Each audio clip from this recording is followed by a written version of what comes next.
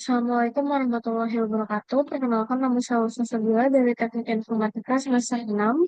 Pada kesempatan ini saya akan mempresentasikan topik dengan judul analisis penerapan artificial intelligence terhadap keselamatan dan kesehatan kerja di bidang medis. Baik, di sini adalah latar belakangnya. Jadi, sektor medis merupakan salah satu sektor kerja yang dimana memiliki tingkat resiko keselamatan dan kesehatan kerja atau KTB yang sangat tinggi. Dokter, perawat, dan tenaga kerja lainnya sering terpapar resiko seperti kelelahan, kesalahan prosedur, hingga paparan penyakit. Jadi, dalam hal ini, artificial intelligence atau kecerdasan buatan hadir sebagai solusi yang mampu mendukung upaya peningkatan efisiensi dan keselamatan kerja dengan AI. Jadi dengan AI ini kita dapat melakukan pemantauan otomatis deteksi dini terhadap bahaya serta memberikan rekomendasi yang berbasis data untuk mengurangi resiko kerja. Kemudian ada review jurnal pertama yaitu Save AI in Healthcare Towards Human-Centered Artificial Intelligence in Clinical Environments. Jadi, jurnal ini tuh diterbitkan pada tahun 2024 dan ditulis oleh kolaborator dari berbagai institusi riset AI dan medis. Baik, jadi fokus utama dari jurnal ini adalah untuk mengembangkan AI yang berpusat pada manusia atau human-centered yang diterapkan dalam lingkungan klinis.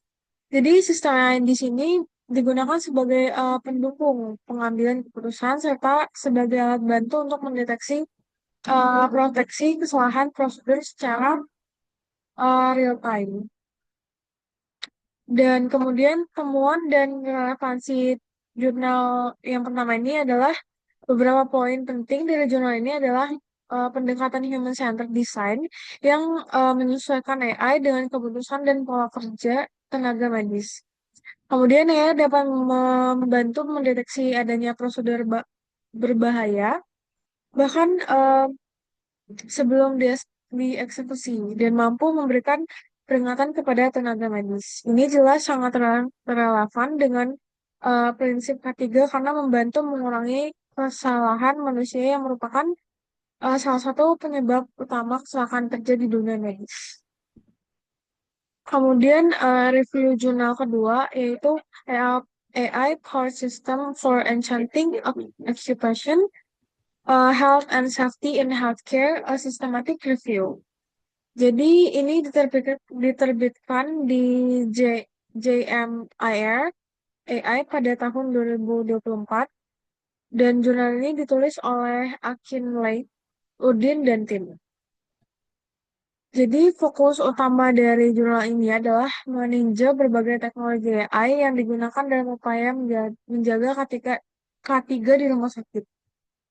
Setelah satu teknologi yang dibahas adalah wearable device yang mampu memantau tingkatnya kelelahan dan stres tenaga medis. Kemudian temuan dan relevansi jurnal yang kedua ini adalah untuk em,